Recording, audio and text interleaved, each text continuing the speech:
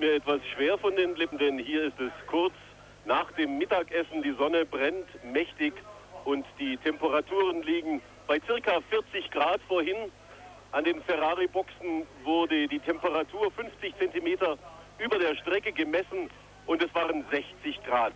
Hier ein Blick aus dem Hubschrauber auf die Anlage.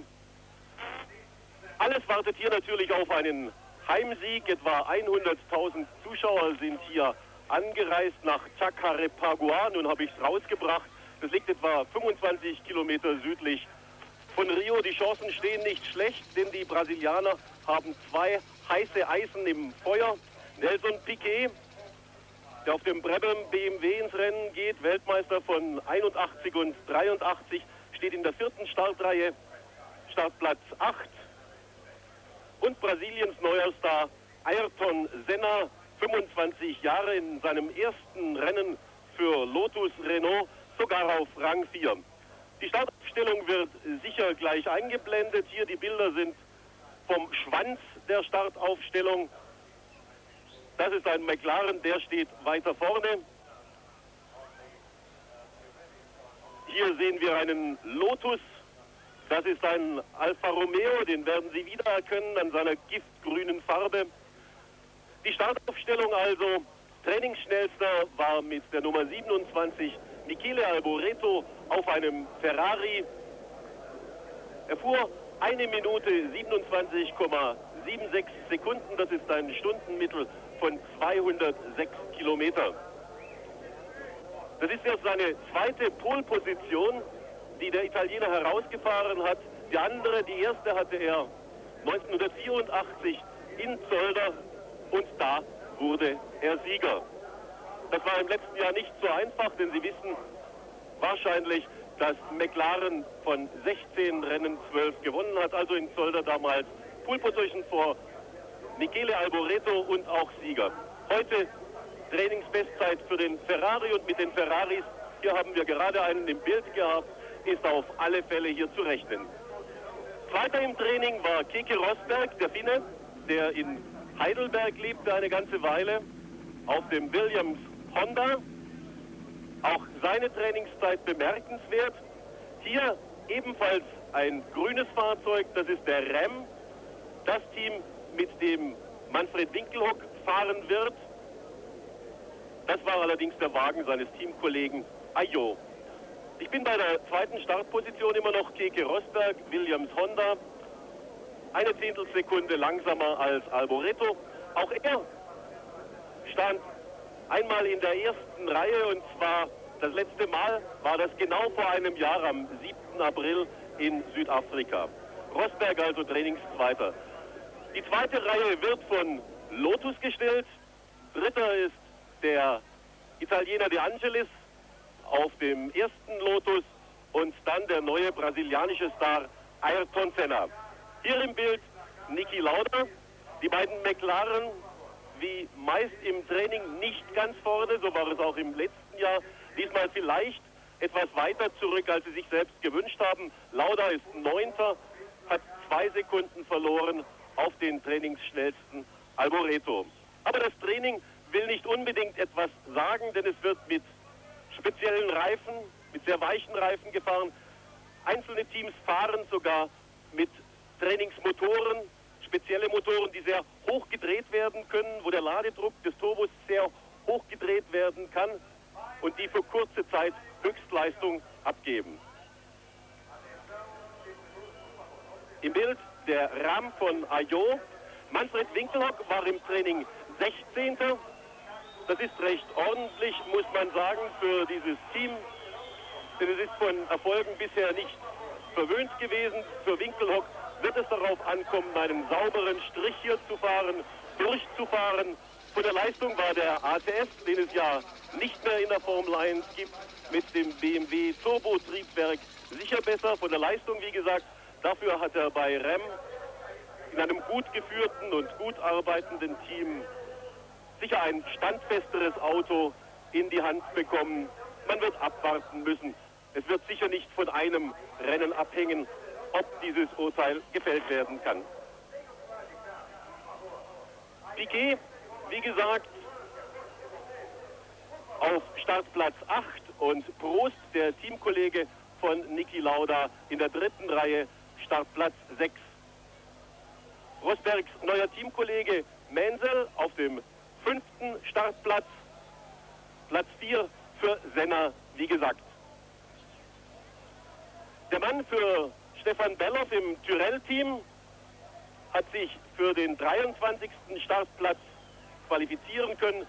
Sie wissen vielleicht, das Tyrrell-Team mit Brundle und jetzt also mit Stefan Johanssens Ersatzmann, mit Stefan Belloffs Ersatzmann Johansson, mit Saugmotoren, hier natürlich von der Leistung weitgehend unterlegen. Auch sie werden sich darauf konzentrieren müssen, durchzufahren, anzukommen. Im letzten Jahr hat das Brundle ganz gut geschafft, er belegte einen 6. Rang. Die Hitze wird hier mitfahren, wird mitentscheiden in diesem Rennen. Es wird darauf ankommen, wer die Reifen am schonendsten behandelt und wer mit seinem Treibstoff am besten auskommt. In 3 Minuten wird die Einführungsrunde gefahren werden. Ich habe Ihnen die Trainingsleistungen gesagt. Vielleicht besser und eindrucksvoller und aussagekräftiger für das Rennen sind die Leistungen vom Warm-up, das heute Morgen eine halbe Stunde lang gefahren wurde. Mit vollen Tanks die Teams, mit den harten Rennreifen, praktisch als letzter Test, um zu sehen, wie die Autos liegen, was sie leisten können, wenn der Tank voll ist. Und da war Prost der Beste. Prost der Beste mit vollen Tanks, mit harten Reifen. Aber auch Alboreto war zweitschnellster und dann Lauda als drittschnellster. Sie sehen also, so sehr viel hat sich gegenüber der vergangenen Saison in der Formel 1 nicht verändert. Man wird auf alle Fälle mit dem McLaren Porsche Team rechnen müssen. Prost und Lauda. Well, a happy Easter from Rio de Janeiro. This is Jackie Stewart with John Bisignano covering the first of the 1985 World Championship events in Rio here. Magnificent weather, very warm indeed, 98 degrees air temperature with 126 degrees track temperature. This is the first of 14 events ESPN are going to bring to you live. Probably the best coverage that's ever been in American television of international Grand Prix racing. Certainly going to be an exciting year of motor racing. What are we going to do right now? We're going to look at a lot of things. This is the track that we're looking at right now, and there's a lot of questions about this track today. First of all, is Niki Lauda going to be able to defend his World Championship for this year? Can he hold on? Well, who knows? Another question for 85, can Alain Prost stop being a bridesmaid? Can Ferrari unseat the tag? Can Nelson Piquet try and bring it back? Right now you're looking at the Lotus right there. That's Ayrton Senna, the young Brazilian who's a hero here. And Niki Lauda you're looking at, the reigning world champion.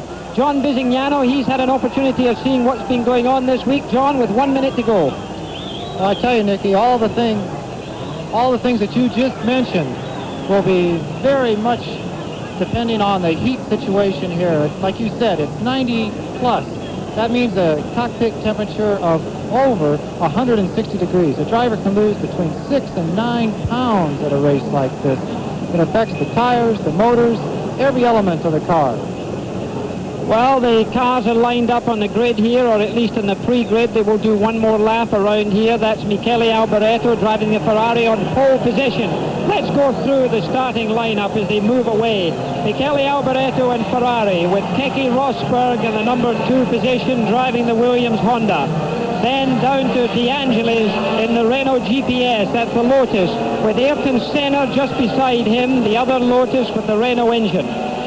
Then down to Nigel Mansell with the other Williams Honda, with Alain Prost in 6th position with the Tag McLaren. Remember, Prost was 2nd in the World Championship last year. Then you have René Arnoux in the other Ferrari. He is in 7th position in practice, followed by Nelson Piquet, the first of the Pirelli runners. The others are on Goodyear. He's driving the Olivetti Brabham this year with the BMW engine.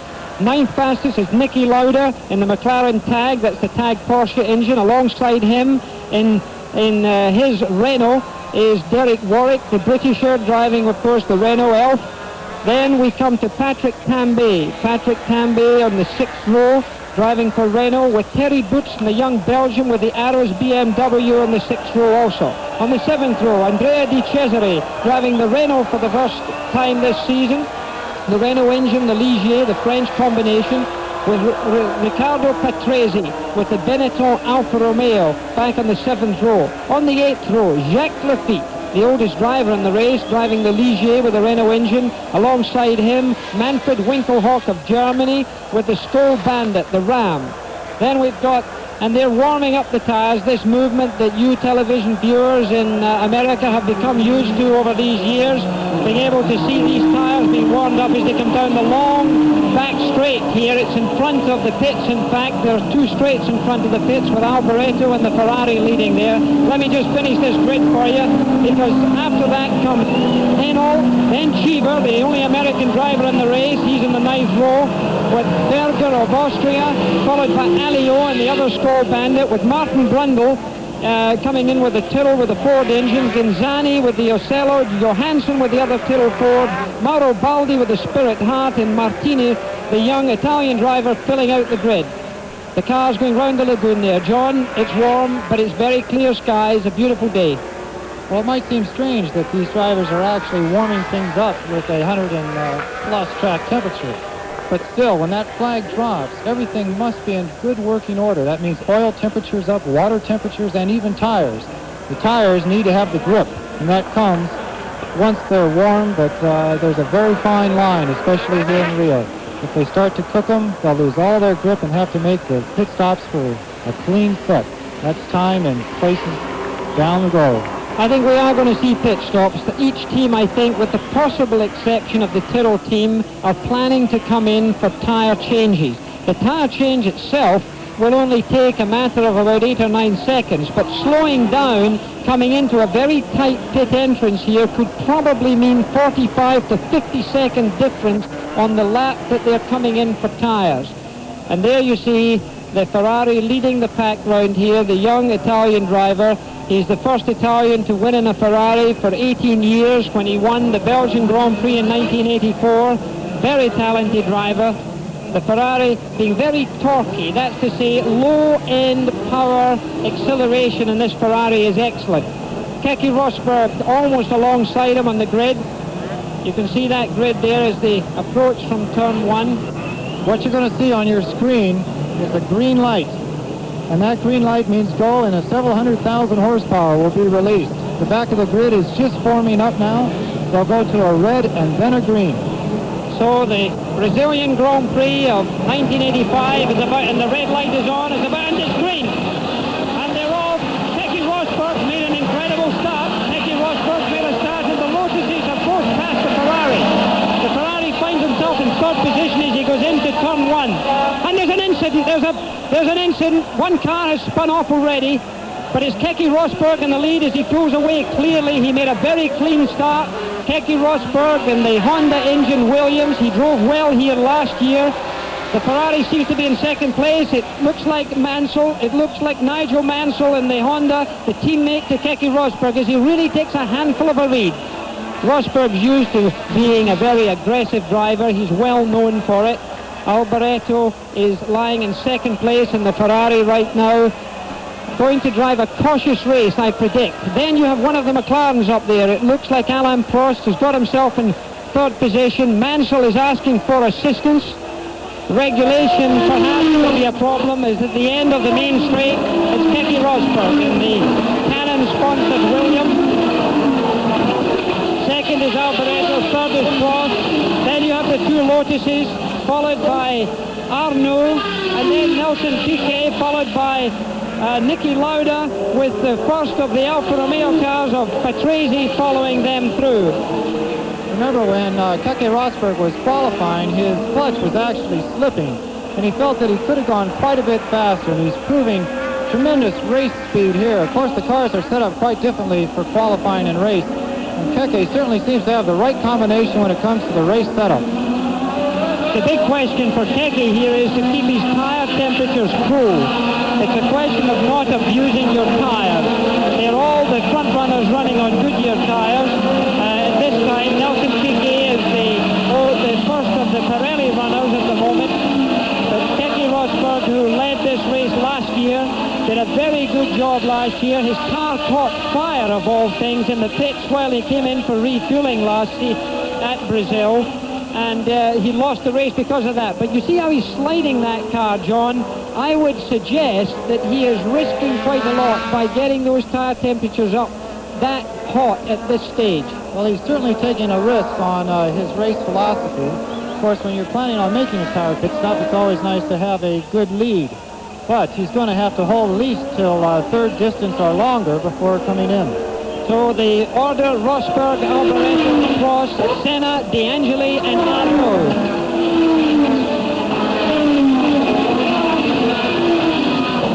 Driving round the fast turn, he's now going through the S's, a right and then a left. He then accelerates hard in third gear along towards the lagoon. He's going through the lagoon right now, driving up towards what they call the 90-degree corner, the right angle corner, and now heading towards the final turn in this lap. That's to say, they call it the pit hairpin. Michele Alboreto is staying within striking distance, and he doesn't seem to be using his car quite as much. He's not sliding, his tires are looking in good shape, so Keke is going to really have to slow down here in the near future to be able to save his rubber. I think you'll find that Alboreto and Prost and the two Lotuses are driving more conservatively, and you can see that Keke Rosberg car does have a bit of oversteer. That means to say the rear end of the car is sliding out. Im Verlauf des Rennens wird man sehen.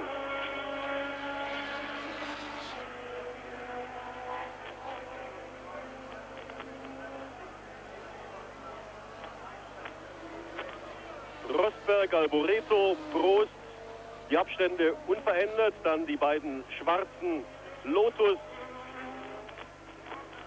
Und das ist Piquet. Nelson Piquet hat die Piste verlassen. Nach 2 Runden. Das Aus für den Doppelweltmeister von 81 und 83. Welch eine Enttäuschung für die zahlreichen Zuschauer hier. Here to see their national hero Nelson, two-time world champion, and their new young lion, Ayrton Senna. And with Nelson gone, that's half of their hero list already out very early here. Well, there you go, back to the leader again, Keke Rosberg from Finland. Quite a talented young man, has come up the hard way in motor racing, had a lot of experience in the United States, racing all kinds of formula, right up to Can-Am, 5,000, Formula Atlantic. Certainly has made himself felt over here in Europe and of course in South America. Very spectacular driver, John. Some say it's a driver that I would like to see because he surely is spectacular.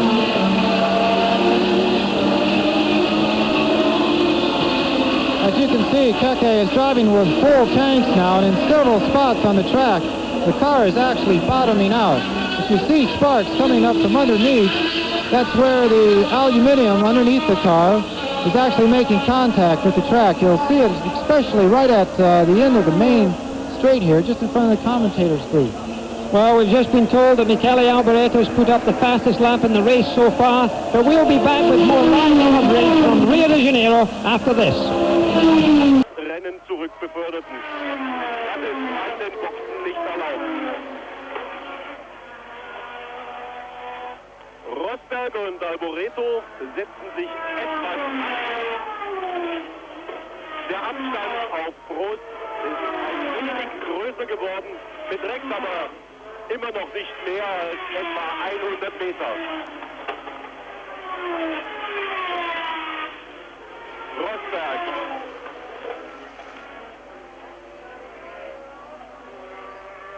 Er ist voll motiviert nach einer schwächeren Saison des vergangenen Jahres. Williams Honda kam nicht zurecht auf die Beine. Das Fahrwerk lag nicht besonders. Der Honda-Motor erstmals eine volle Saison dabei, brachte keine Leistung, war nicht zuverlässig. War den lange Durststrecke für das Team von Frank Williams, aber man hat offensichtlich im Winter...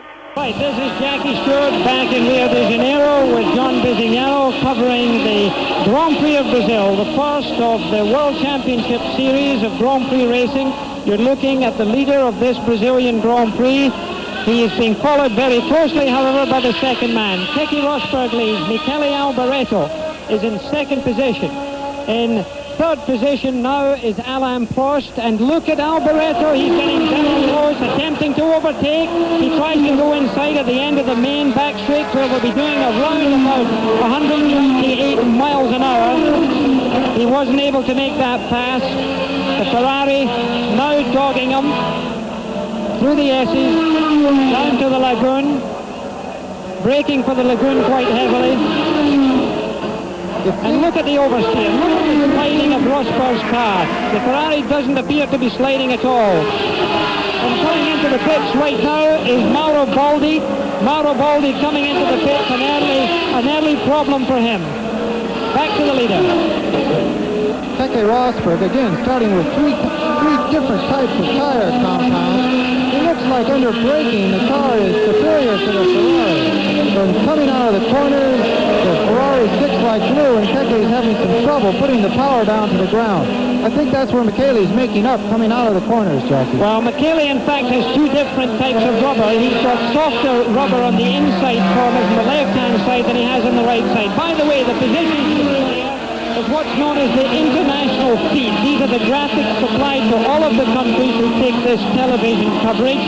You will be seeing that coming up on the screen occasionally with the fastest lap or the fastest straight line speed. These are the information pieces that we get fed to us by Globo, the television company Brazil. So it's a very nice morning. Of course, the time down here is just about 12 minutes past 1 in the afternoon, as you saw Nelson Piquet walking back to the pits there. There is the time change, so it's an early morning in New York. All our friends there. Hope we didn't waken you up. Keke definitely has an advantage on braking, but again, when it comes to coming out of the corners, Michele is always able to catch up a bit. Remember, Michele has someone in his rearview mirrors too. Alain Prost, the winner of 7 Grand Prix last season. He's playing this very cool. Michele has the responsibility of both trying to catch Keke, but Prost is right up at the exhaust. Alain Prost doesn't qualify quite as well as he races sometimes.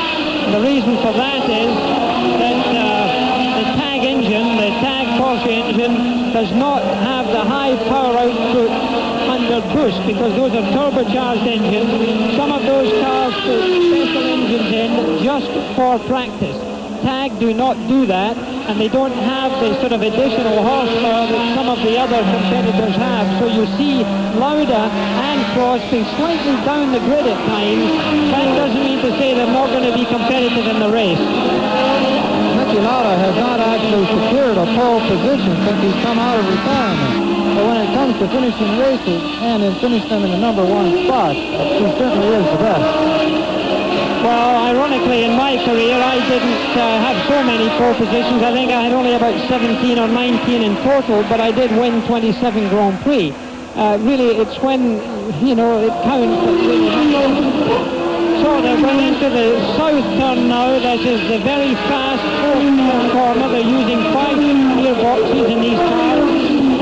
You can see from that picture, Alboreto, the last time he passed here, was just 0.9 of a second behind the Honda engine Williams. You see also the flame coming out the back of the Williams quite a lot there.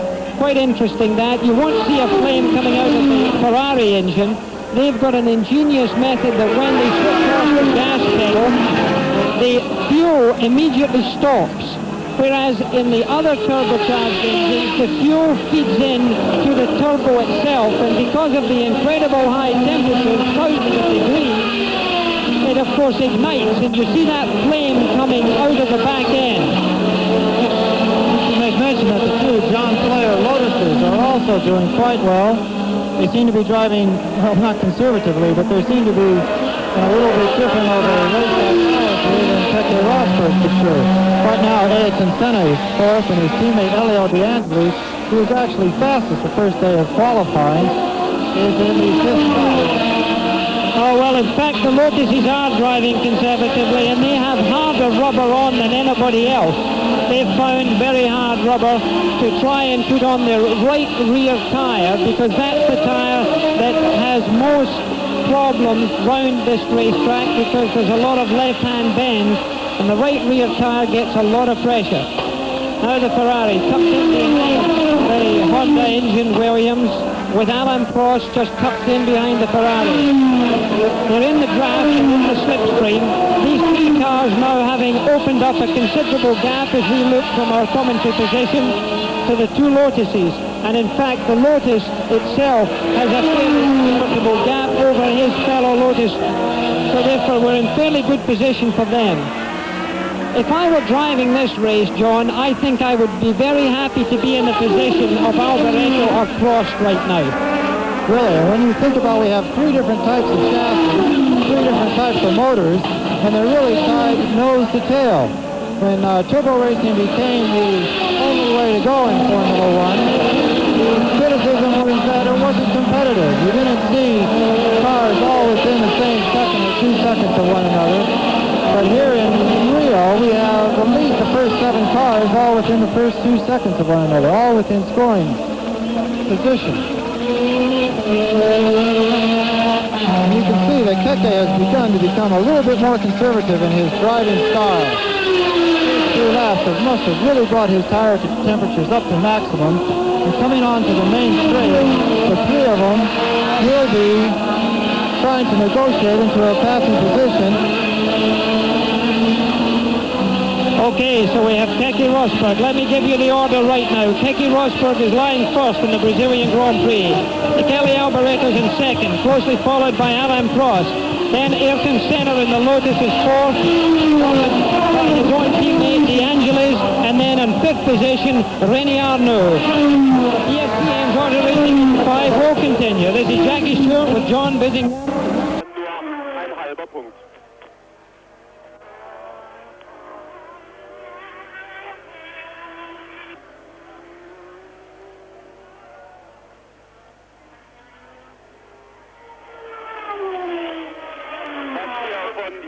Über den Monitor hinaus sehen können, Nigel Mansell, der sich bereits in der ersten Kurve von der Piste drehte, kommt an die Box, hier sehen Sie es.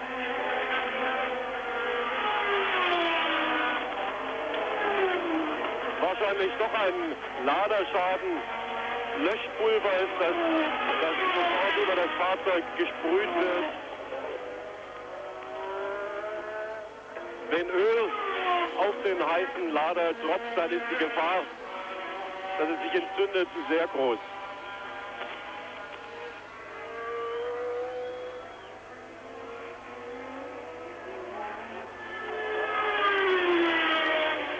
Lauda nun auf Rang 6 vorgerückt, hat Arnoux passieren können.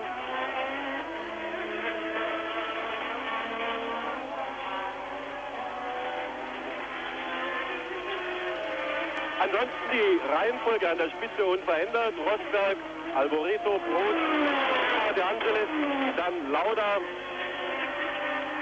Winkelhock auf.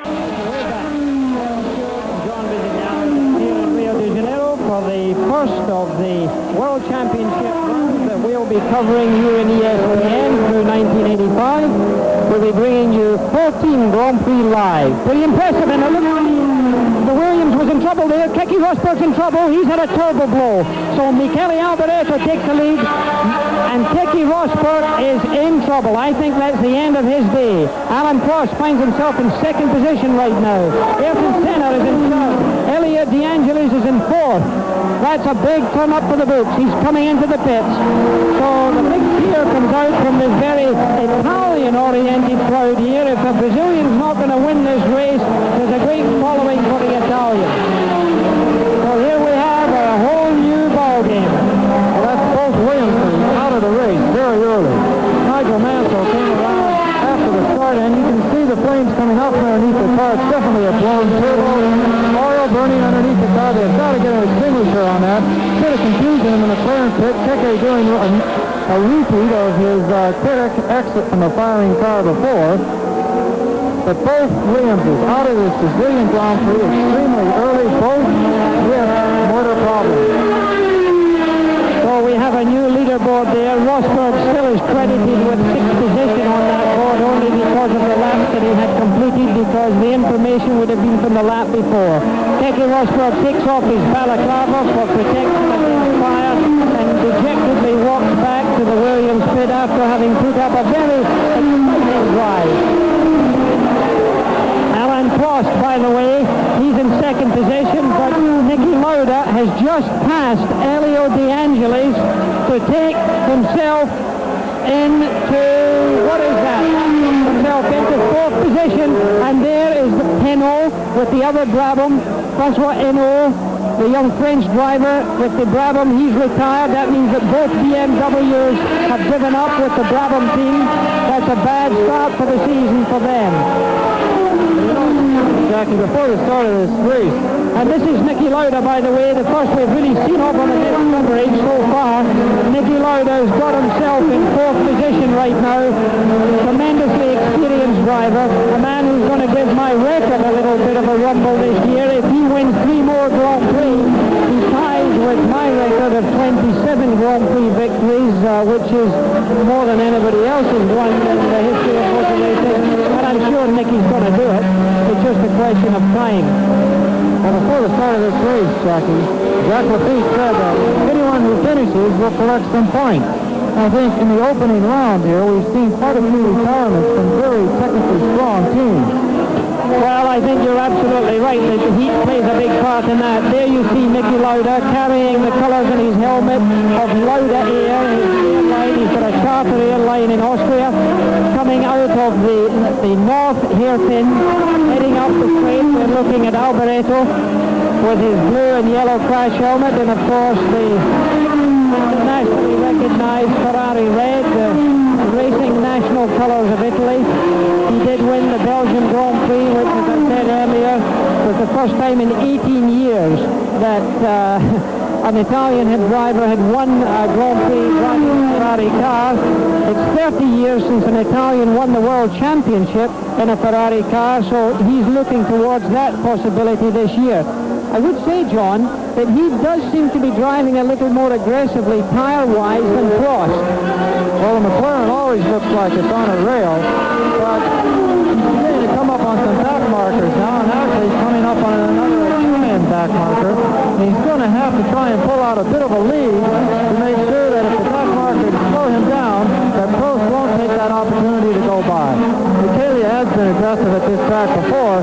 Last year he actually led the opening laps until a brake caliper failed, and he actually went off 3 times before getting up to the fight and into the pit. Well, just a small technical note here. The Ferrari, in fact, is driving on carbon composite discs and pads for the first time. They had a modification carried out during the year, and this is the first time that they are going to do the carbon composite brakes on this Ferrari for this race. So until now they've been using, of course, the metal discs with the normal metal and asbestos combination pad.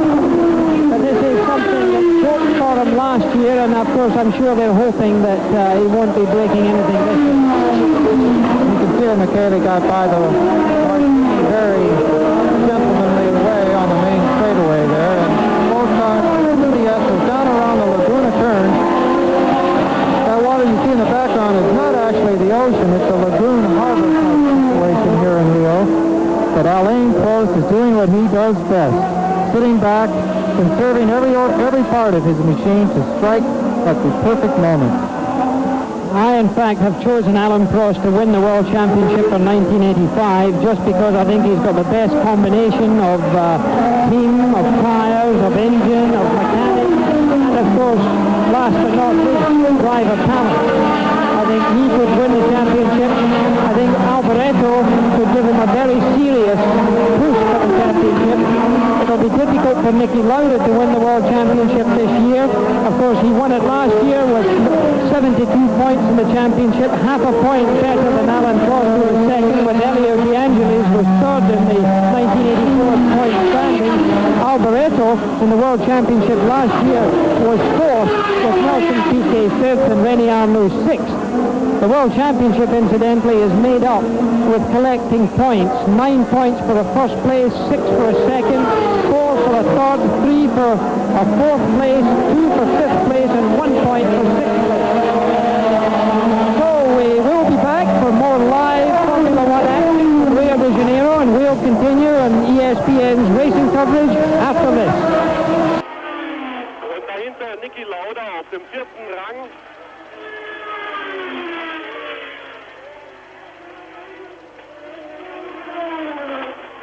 Wenn ich diese Hubschrauber-Einstellung eben richtig gedeutet habe, dann Lauda auch Senna überholt, im Moment noch nicht im Bild zu sehen. Ja, das wird es wohl gewesen sein.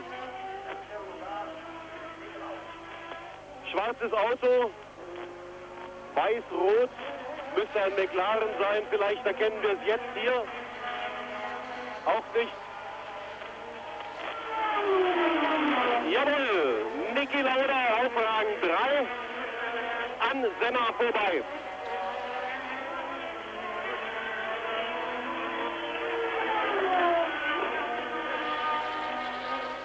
Für Aufregung im vorderen Teil des Rennens sorgen also bisher lediglich Ausfälle und Nicky Lauda, der in der Zwischenzeit vom... We're back in Rio de Janeiro in Brazil. The first round of the World Championship from 1985. Alboreto is still leading, followed by Alan Prost.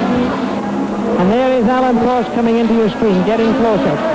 Now, ESPN, your force in motor racing coverage, continues to bring you live Formula One racing on Sunday, April 21st, when we travel to Estoril, Portugal, for the Portuguese Grand Prix. That's Sunday 21st at 8:30 a.m. Eastern Time. So, after that, 5:30 Pacific Standard Time, and of course, we'll be live once again. Kelly Alboreto actually pulling out a little bit of distance on Prost now.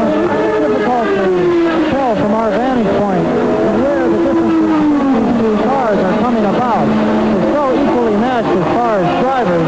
For sure, Kelly, very talented young lion, but Alain Prost with a little bit more experience. Alain coming up on the back marker now into the Ostella area. I'm sure Gonzani is looking into his rearview mirrors. Does not want to hold up the leaders of the Brazilian Grand Prix. And now Nicky Lauda is actually in third place position, going by Ayrton Senna. McLaren in their familiar role of leading nose to tail. Kelly Alboreto easily by Gonzani there. Alan Prost follows them on the inside. Both of them pass that mark very clearly.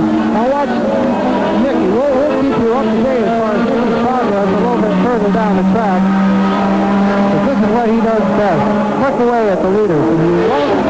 It won't be long until he is right up with his teammate Alain Prost. So many times last year, we saw the same image.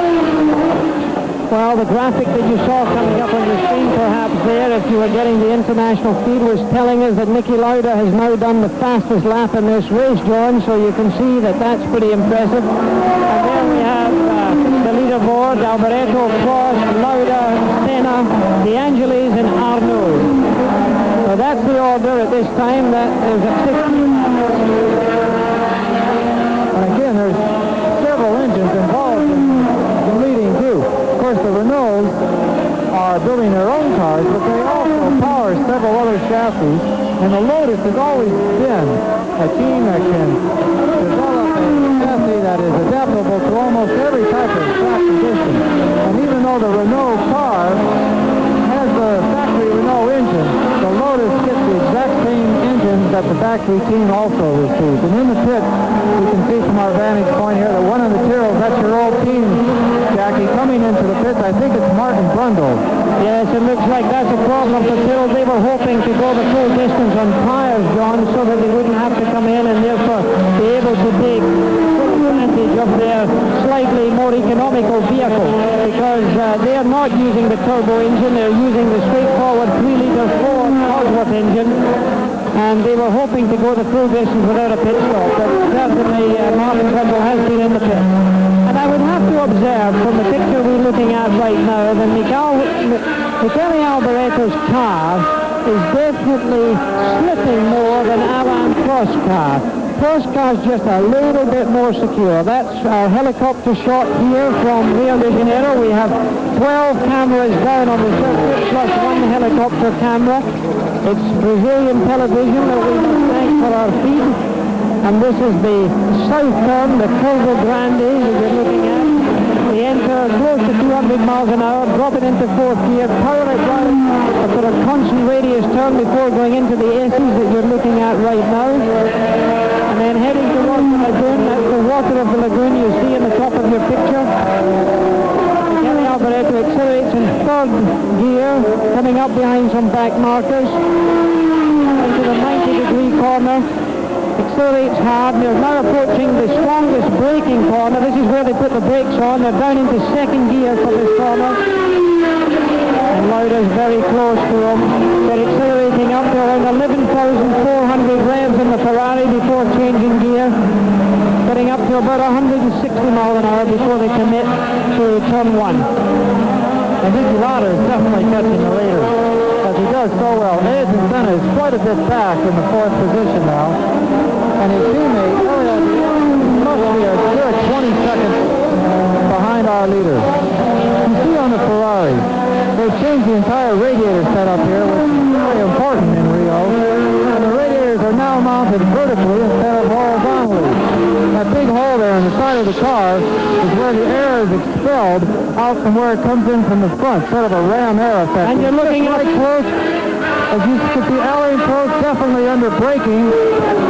Now their acceleration, you can see the Ferrari, Jackie, he really pulls away under acceleration, but on the brakes, Alain Prost, that's where he gains his ground, in the traffic. Alain Prost, on the outside, on the brakes, takes a look, but decides to tuck back in. I think Prost is looking for a place to pass now. I think we're going to see some very good motor racing coming up. Prost, I think, has the legs of the Ferrari, and it's a question of him finding the right place to do it. I believe he was thinking about it through traffic there, trying to find a little gap in Alboreto's judgment. It wasn't to be, however.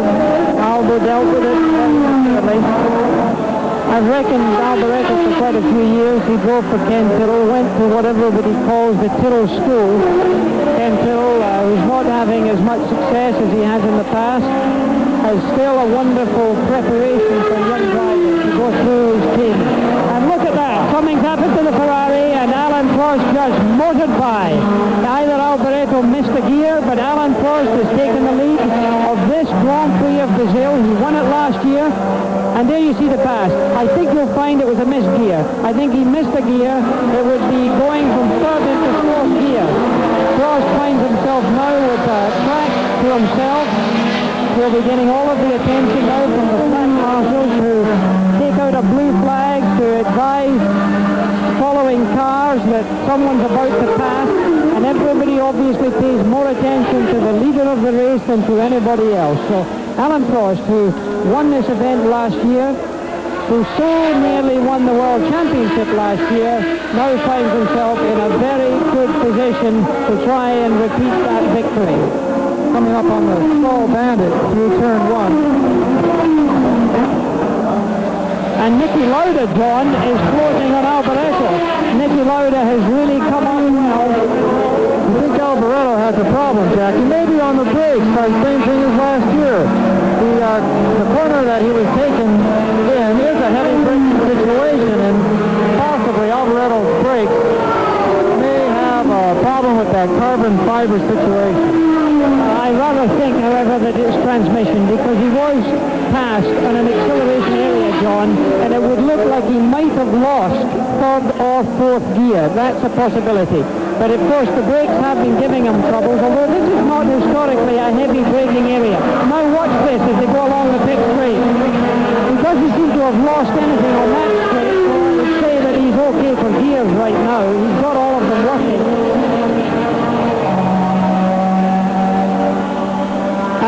Prost there, very talented young man. Last year won 7 Grand Prix, more than I ever did. I twice won 6 Grand Prix in a season, but he now equals Jim Clark as having won the most Grand Prix in any year, 7 Grand Prix. So that's something to be cherished. And this, of course, brings him into contention. I think he's won about 16 or 17 Grand Prix. I think 16 Grand Prix total for him in his lifetime. This is Alain Prost we're talking of. And of course he could seriously threaten Niki Lauda and, for that matter, myself very soon in the total number of victories.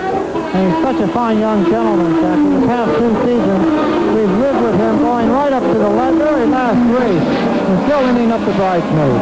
If there's anyone who deserves a Formula One championship, it's Alain Prost from France. And there's never been a French Formula One champion. All the great drivers they've had, and they've never produced a Formula One champion. Now that is pretty surprising because they've had a great number of them. There was this so-called French school of racing. And right now we're looking across, but just behind him there is a push and a shove going on. Alboreto's got past one of the Stroll Bandit cars. Niki Lauda's tucked in behind him, and he's now going to get pretty close to Alboreto. You'll see them coming onto the main straight here. And there they are, in close company. Okay, ESPN's Motor Racing 85 will continue live from the Brazilian Grand Prix after these messages.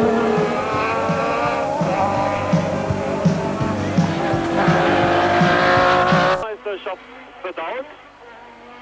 Das kann auf der einen Seite ein Motivationsschub sein, der nur noch mehr Kräfte weckt. Auf der anderen Seite ist auch die Neigung da, auf den Weltmeisterschaftslorbeeren etwas auszuruhen. Es gibt sehr viele Feiern, sehr viele Ehrungen über den Winter. Niki Lauda hat sie alle mitmachen müssen.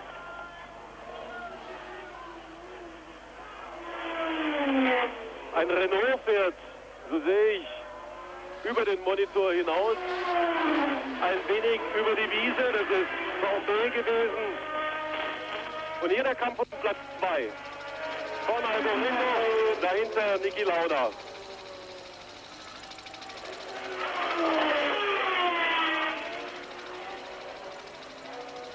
Prost ist schon ein ganzes Stück enteilt. Und da ein Reifenschaden. Der Reifen hängt in Fetzen von der Felge. Schade, dass wir es nicht zu sehen kriegen. Patrese ist das. This is Jackie Stewart along with John Bizignano giving you live coverage of ESPN's motorsporting event for 1985, the first of the World Championship events. And there you see one of the cars, the Ligier, coming into fuel, but we go back now to look at Alain Prost leading this Brazilian Grand Prix, took the lead just a few moments ago, while of course we were still giving you live coverage from Michele Alboreto, who has been pressured very heavily. One of the Benetton Alfa Romeos has just come into the pit with a burst tire, the tire flapping in the wind. There you see Prost coming up behind a couple of the back markers. Patrick Tambay is one of them in the Renault, with one of the, I think it's Terry Boutsen in the Arrows BMW before that. That is Jacques Lafitte accelerating out in the Ligier with a Renault engine. Prost taking his time, where he's going to pass here. There's no point in getting into trouble. Look how he's dropped back there. No point in getting into trouble at all. And you see, that is in fact Derek Warwick in the Renault. As he comes alongside there, the car of Terry Boutsen and the Barclay-sponsored Arrows. And Alain Prost leading this race comfortably, chooses not to stick his nose in. Now that's what I like to see from a mature driver. He's just 30 years of age, look at that. He's accelerated through under braking now as he goes through the lagoon. Accelerating ahead again. Now he's got to pace himself, the Renault. He'll choose to do that. He's going now along to the hardest braking area. The battle for second place is still going on between Alboreto. Now, Jackie, when he comes out of the turn, you can see him. He's definitely found his gearbox problem seems to be solved. That had to be a mischief earlier. I don't think that mechanical problem is something that's going to happen every lap. No, he obviously just missed a gear shift. That's what it appeared to me to be at the time, but I just wondered whether he had a gear selection problem. Sometimes you can lose one gear in one of those racing boxes. This is Cross, our leader in the red and white car, carrying number 2. Finished second in the World Championship last year. But the car numbers, in fact, date back to where the constructor wins the World Championship, and he gets the number 1 and number 2 cars numbers during the season. Again, our helicopter shot here from about 30 miles outside of Rio de Janeiro, and very warm temperatures, around about 97 or 98 degrees. The track temperature around about 125 degrees. And there you see Michele Alboreto driving number 27, the red Ferrari, is in second place. Closely by Niki Lauda in car number 1, the reigning world champion. Has been world champion 3 times. It's nice that Ayrton Senna is still within striking position. Again, 100,000 plus Brazilians. I would love to see Ayrton, who is actually destroying the Lotus team for the first time this season, moving from the Tolman team. And really, it's his first chance to ever really score, Jackie. He has a great deal of potential. They sort of refer to him as the new young lion, Niki Lauda type. And he has fulfilled everyone's expectations to this point. I think Ayrton Senna is certainly one of the drivers to look for in the future. I think it'll take him another 2 years, John, before we can expect any great thing from him. By the way, the 2 Lotuses today are running with what the 2 drivers call cool heads. It's been known in America before, and in fact it's a cooling device that goes over the driver's head, which is quite sophisticated. It is made by an American company. A man called Dennis Carlson is down here, and he's got 2 Lotuses fitted up with that. Patrick Panley is also wearing one, as both Tyrrell drivers also started wearing the cool head. Kiki Rosberg, in fact, ran the Dallas Grand Prix with one of those special helmets on, which fits underneath the crash helmet and the balaclava, and it's really designed to give the driver a better chance of not getting fatigued in these incredible temperatures. And we have Ayrton Senna going fast, and Niki Lauda's in trouble. Niki Lauda has had a problem. Ayrton Senna has passed him, and now Ayrton Senna is in 3rd position. So we have Alain Prost leading with Michele Alboreto in 2nd place, and Ayrton Senna from Brazil in 3rd position. A great cheer from the partisan crowd here as Niki Lauda obviously ran into trouble and is driving slowly around the racetrack right now. Jackie, do you think there's any chance whatsoever that the Lotuses might try and go without a pit stop? I don't think so. I think the Lotuses will stop for the tires. These front runners are running on the Goodyear tires. They're the Goodyear radial tires for racing. But the heat here, they consider it's a better idea to run and come in to the pits to change tires, just to be sure. They have very hard tires, and here is Niki Lauda coming slowly backing into the pits. He will now stand, he's waving his arms to say he's putting it straight into the garage area. This is the first round of the World Championship for 1985. The World Championship has not been won back-to-back since 1959 and 60, when Jack Brabham did it.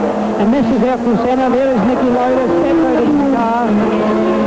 Ayrton Senna of Brazil, very young, very talented. A little line going up the tire that John Bizignano is pointing out to me on the screen that you saw there. These lines that you can sometimes see on the tires, and you see it on the right of your picture, you can see a streak on that front tire. It's sometimes called pickup. They pick up some of the loose stuff and the bits of rubber, and it'll clear itself when it goes round a right-hand bend now. It'll scrub that stuff away, chances are. And look, they're preparing to come in for tires right now. We speculated whether this would happen. He has what they call double A compound on the right rear, with the A compound on the other 3. Now, for those who are very technical in this, it just means that these compounds are harder. The double A compound is the hardest compound. Live Formula 1 action from Rio de Janeiro.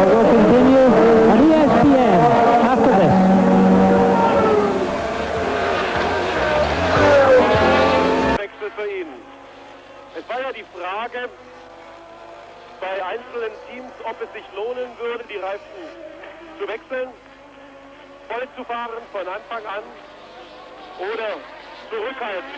Das ist Elio De Angelis.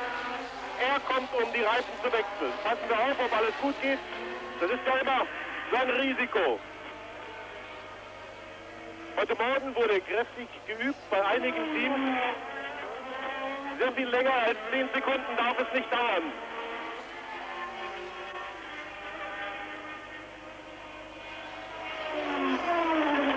Na, doll war das aber nicht.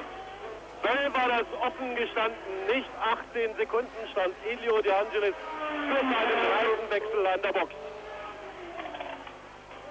Nun suchen die brasilianischen Kameras natürlich Senna im Lotus auf dem 2. Rang. Der Rückstand auf Alboreto etwa 9 Sekunden.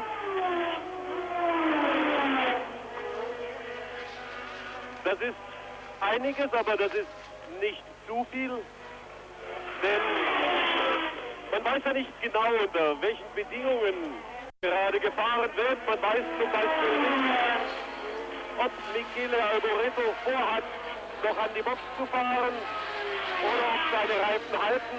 Das Gleiche weiß man nicht von Senna, da Elio De Angelis... Back live in Rio de Janeiro, this is John Bizignano with Jackie Stewart. And as you can see, all-time winners, Jackie Stewart, 27, Jim Clark, 25, Juan Fangio, actually from Argentina, the neighboring country here, 24. Tied Niki Lauda, 24, but not today.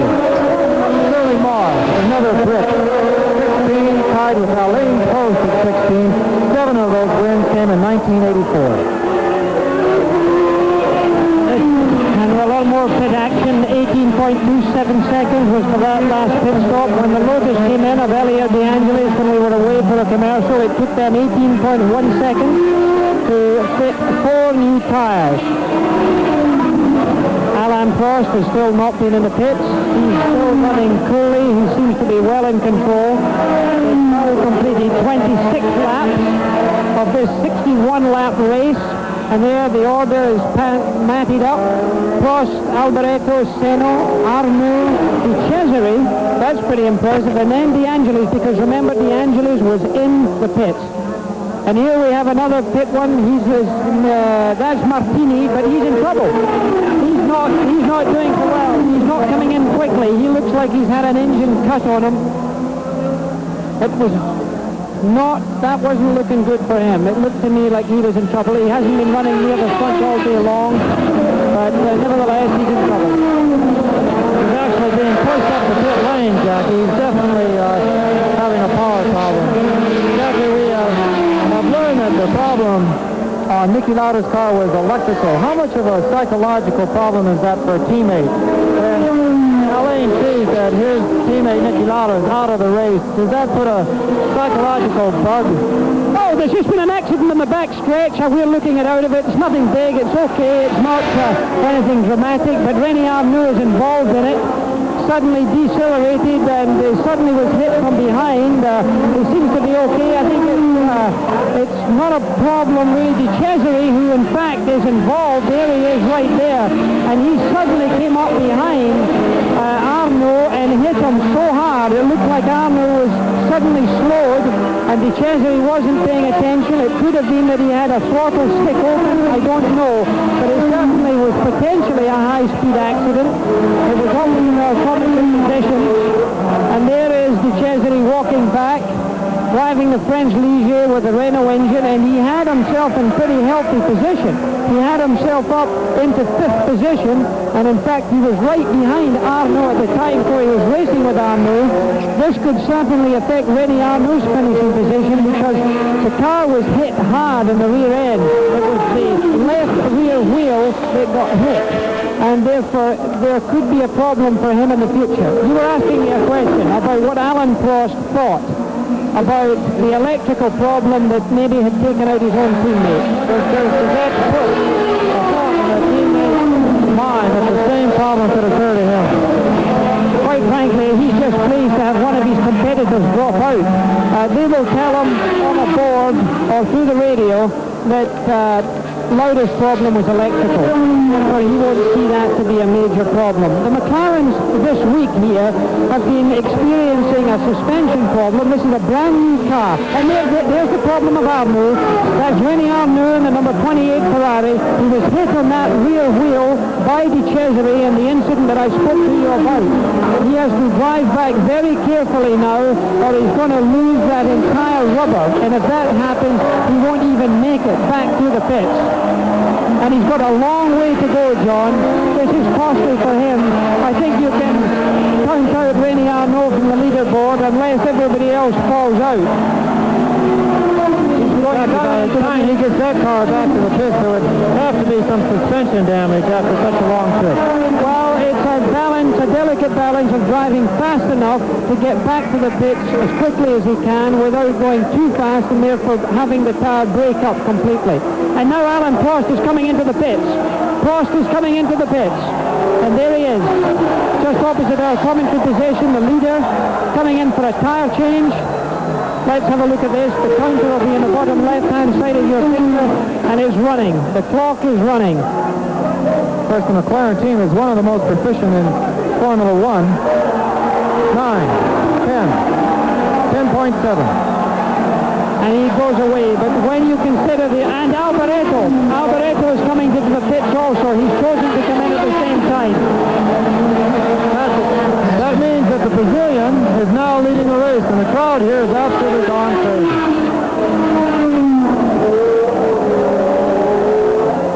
Ferrari pit stop is a little bit longer, and they've left it before the time that Alan Prost had gone out, but it was about an 11-second pit stop for Michele Alboreto.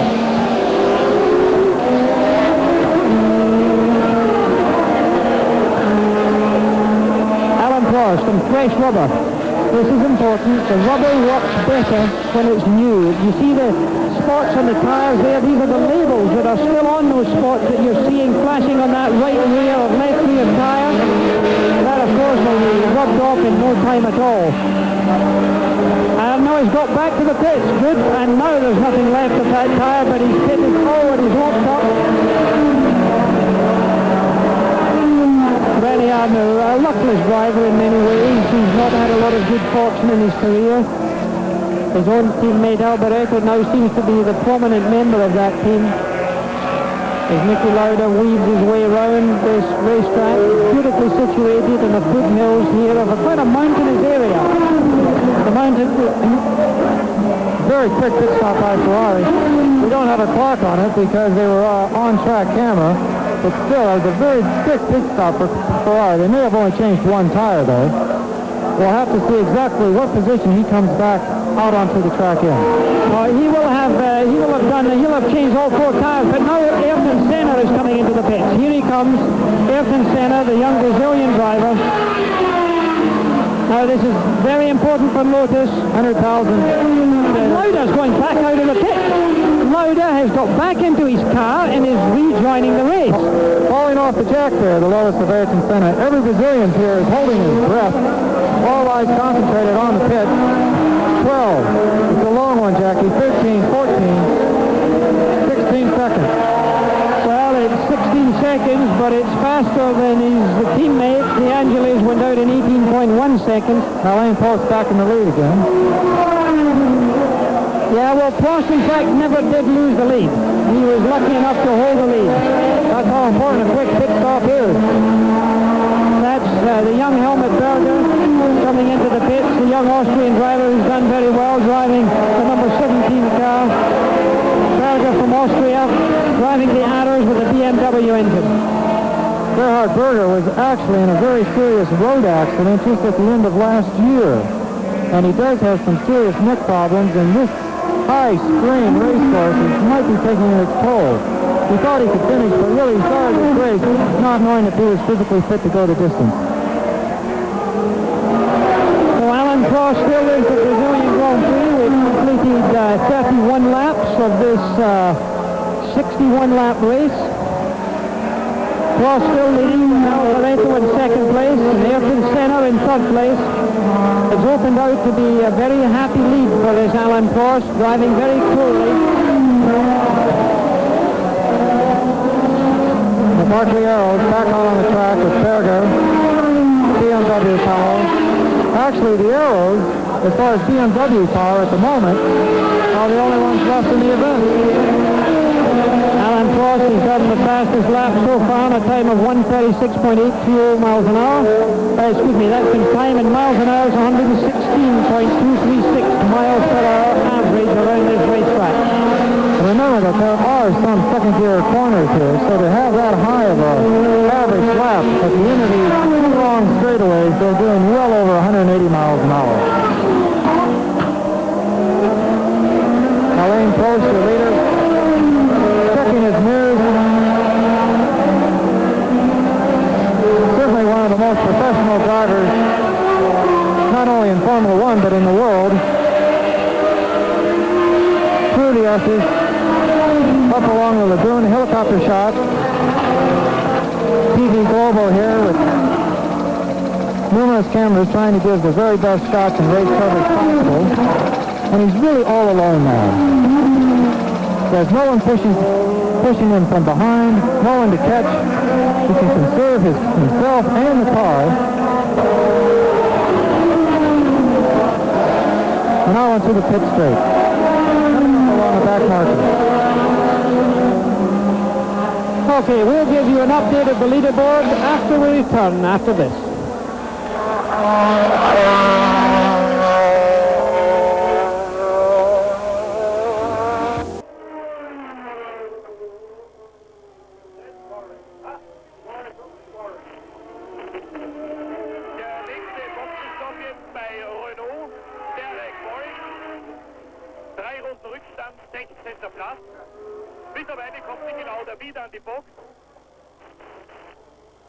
Vermutlich ein neuerlicher Defekt aufgetreten. Aber es gibt im Augenblick wenige Möglichkeiten, Formel-1-Autos zu testen. Die Autos zurück in Europa sind, in England sind es Mitte der Woche und dann kann man sie ja schon nach 3-4 Tagen wieder Richtung Estoril verladen. Lauda immer noch in der Box.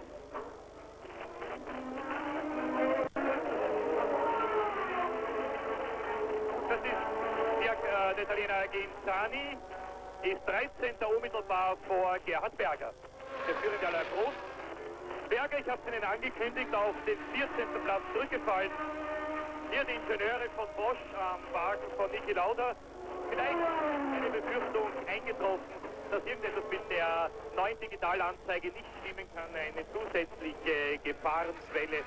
Allerdings Alain Prost fährt ohne Defekt ein Bilderbuchrennen und führt bereits 25 Sekunden vor Alboreto, 42 vor Senna, 59 vor De Angelis. Diese 4 Fahrer noch in der gleichen Runde, auch in der gleichen Minute. Fünfter ist ganz erstaunlich, Philippe Alliot, der Franzose, der allerdings seinen Boxenhalt noch vor sich hat. Dann Palme, Butzen, Lafitte, Gerhard Berger 14. 2 Runden Rückstand, dann Schieber, Volk, der jetzt an den Boxen ist, und dann mit jetzt 6 Runden Rückstand bereits Niki Lauda. Wieder Alain Prost.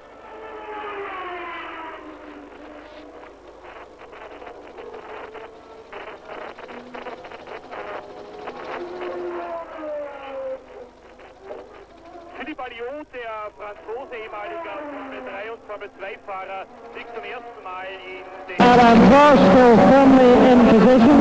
In second position is Alboreto driving the Ferrari. In third position is Ayrton Senna. In fourth position is Elio De Angelis.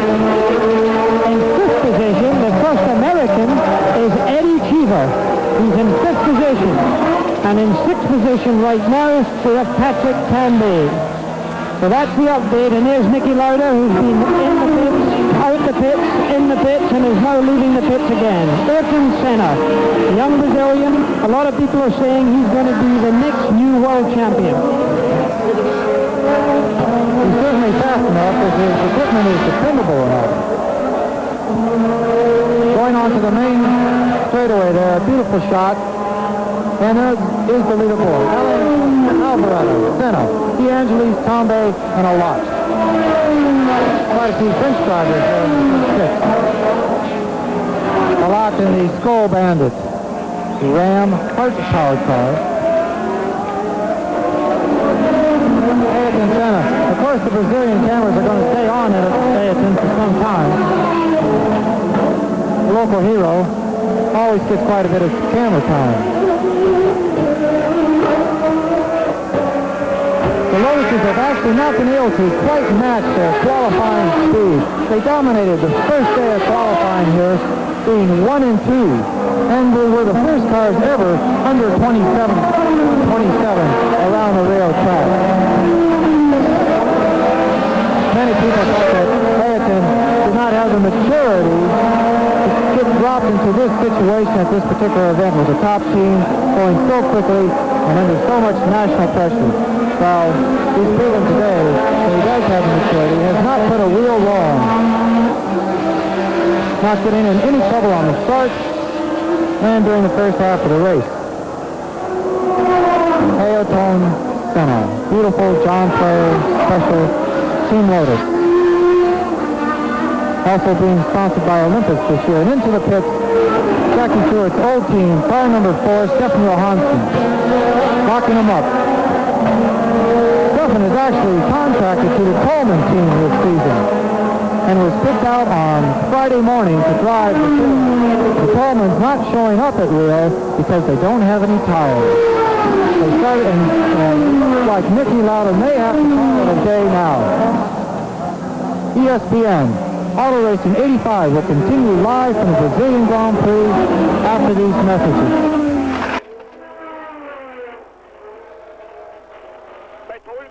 Weder Sponsorgelder noch Reifen, ein verzweifelter Versuch bei einer japanischen Reifenfirma noch 5.000 gratis Reifen und $5,5 Millionen Sponsorgelder loszureißen, ist fehlgeschlagen.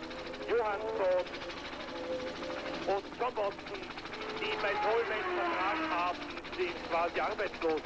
Hierin hat Johansson hier als Ersatzpilot für den deutschen Stefan Weber verpflichtet.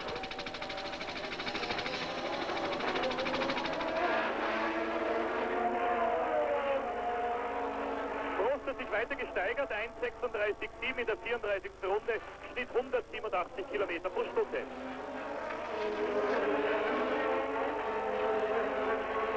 Und sein Vorsprung wird eher noch größer. Prost führt jetzt 26 Sekunden auf Alboreto, 50 vor Senna und 1 Minute 08 vor De Angelis, der immer langsamer wird. Dann 5. Tombe, 6. Alio, 7. Lafitte, 8. Bussen, 9. Brandl, 10. Arnoux, 11. Johansson, der... This is the Brazilian Grand Prix in Rio de Janeiro. Jackie Stewart with John Bizignano looking at the leader, car number 2, the red and white Marlboro with the tag engine. Alain Prost, the driver, driving what appears at the moment to be a copybook race. Prost, Alboreto second, Ayrton Senna of Brazil third, De Angelis, his teammate, is fourth, Patrick Tambay is fifth, and Alio is in sixth position right now. But the man who's leading everybody is Alain Prost, coming up to lap Randy Arnoux, driving the Ferrari, who had a tire problem earlier after being hit from behind by Ducesare in the Ligier. That is the Ferrari who's being lapped. He's not in contention in this race right now. And you can see him moving over in this main straight. It looks like he's passed Martin Brundle in the Ford normally aspirated Formula One Tyrrell. Number 3, Alain Prost, the bridesmaid for quite a few years in Grand Prix racing, was never able to clinch the World Championship, still hasn't. Nevertheless, one of the drivers that everybody expects to win the World Championship. There's a 27.763 second gap between Prost and Alboreto. Global television tells us this on what is a world feed. This telecast will be going to probably 25 different nations around the world. We are very privileged to be bringing this live to you. ESPN will be covering 14 Grand Prix events in 1985 live as we are today.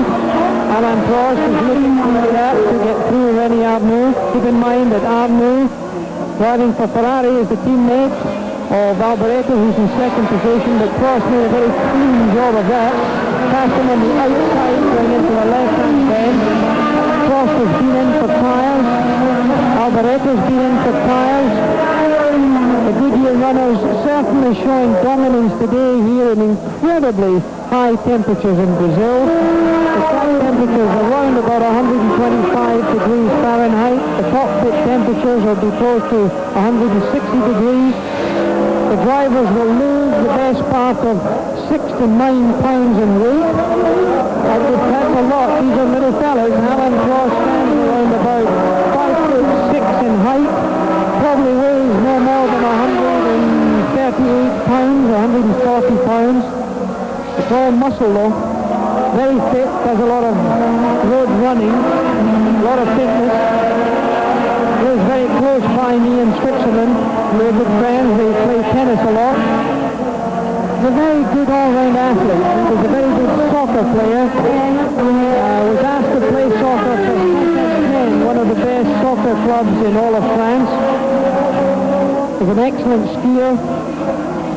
Turns his hand pretty well to almost anything. He's taken up golf. He now jointly owns a golf club near to Lyon with Jacques Lafitte, one of the other French drivers. Prost is certainly a man that I've chosen to win the World Championship in 1985. ESPN's Auto Racing 85 will continue live from the Brazilian Grand Prix after this message.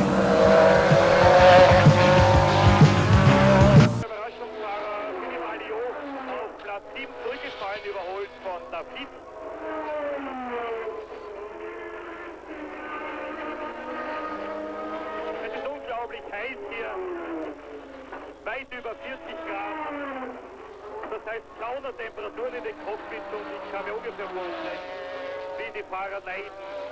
Prost, Alboreto, die 25 Sekunden auseinander liegen, dann auch Senna, De Angelis, Haume, Lafitte und so weiter. Diese 6 Fahrer kämpfen um Weltmeisterschaftspunkte, dahinter Alliot, Bussen, Arnoux, Brandl, Winkelhoff, Johansson, Berger 13. Dann gibt Sani, Chiva und Warwick.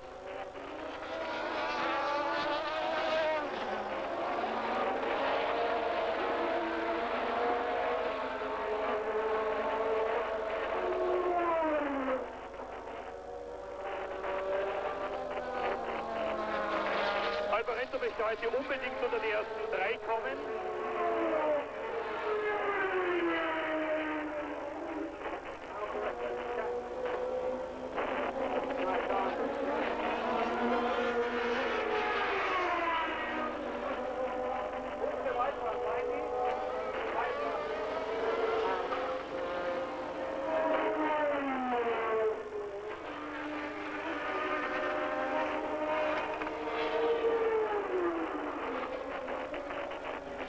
Im Augenblick keine Positionskämpfe. Michele Alboreto auf Ferrari ist sicher Zweiter, 26,5 Sekunden hinter Prost, 27 Sekunden vor Senna. Dann weitere 20 Sekunden zurück Elio De Angelis an sicherer 4. Stelle. Elio De Angelis voriges Jahr Weltmeisterschaftsdritter, Weltmeister der 2. Division, kann man sagen, bester Nicht-Megane-Fahrer. Und sein Vorsprung auf den 5. Patrick Café beträgt fast eine Runde.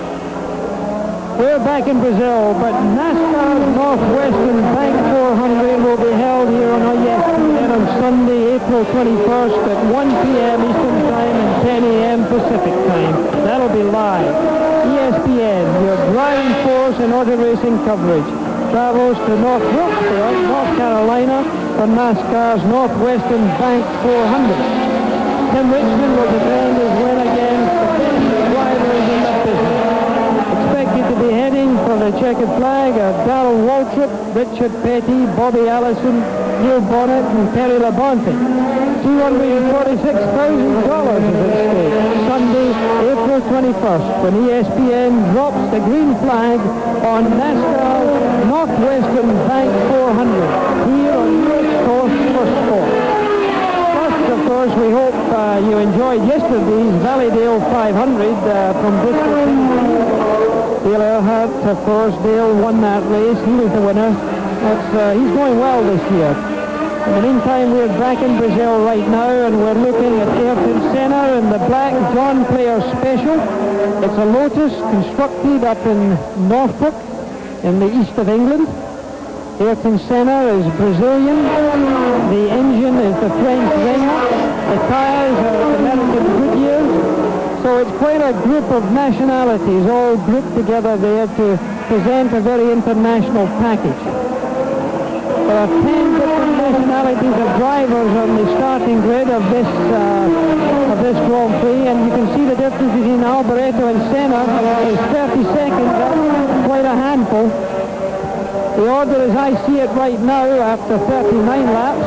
And here we have another car in the pits. Coming in through the pits, car number 29. That there is Martini, a young Italian driver. Coming along quite well. He's still got a lot to learn, but it's a good place to start the first event in the World Championship. So I have Niki Lauda out at the moment. He's had troubles with his car. He's been in and out of the pits. He's not in contention, but his teammate, Alain Prost, is still leading. Michele Alboreto is in second place. Third place is Ayrton Senna, the man you've been looking at, and that's Prost in your picture right now from our helicopter shot.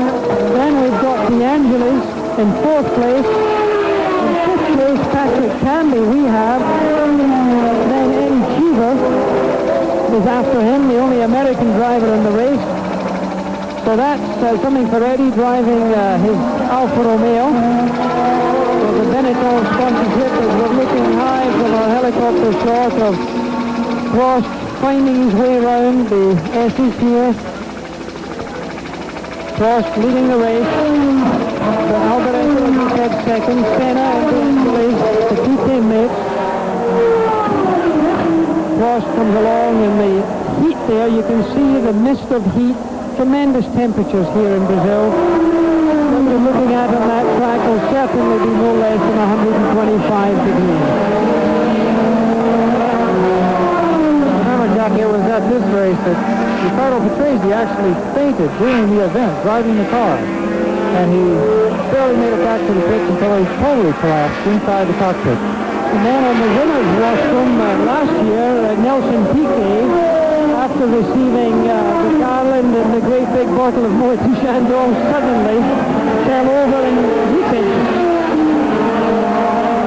His knees went out from underneath him, and it wasn't from the champagne, it was from the real heat. There we have Alain Prost, Alboreto, Senna, De Angelis, both Lotuses still together. Combe, another Renault-powered car. Jack Lafitte, another Renault-powered car. The Renault-powered car is doing very well here, actually. The engine reliability has been very good so far. The BMW engine reliability has not been so good, although Terry Dixon, a young Belgian driver, has waged his way up through the field.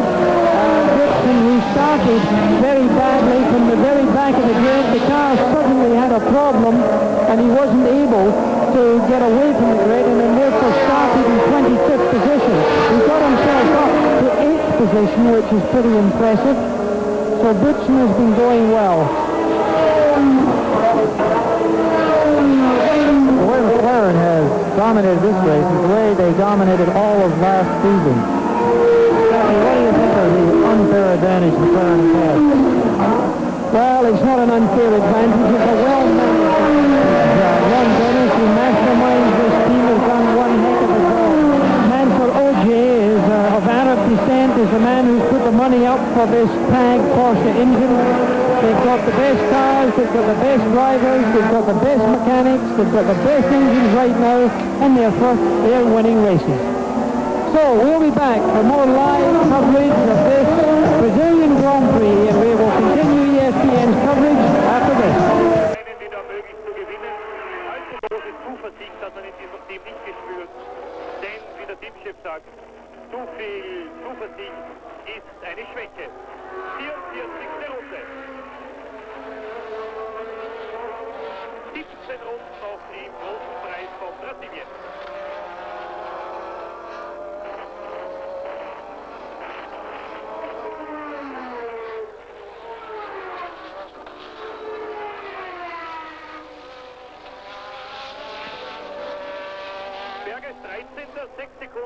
hingehockt.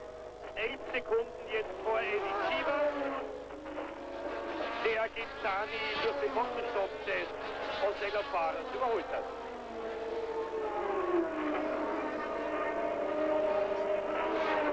Führt mit 26,5.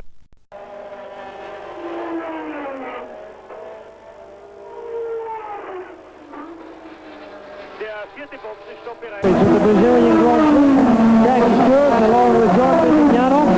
There's been a lot of pit action today. There's been a lot of cars in and out of the pits. The man you're looking at right now is Alain Prost from France, a 30-year-old racing driver who's adapted very well to the enormous heat here, around about 97, 98 degrees of temperature in Fahrenheit.